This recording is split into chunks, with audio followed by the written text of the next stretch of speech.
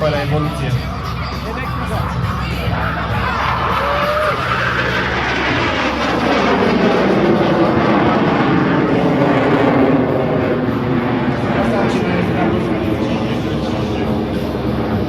Pentru ropii clasică, aeronava descrie un cerc în plan vertical.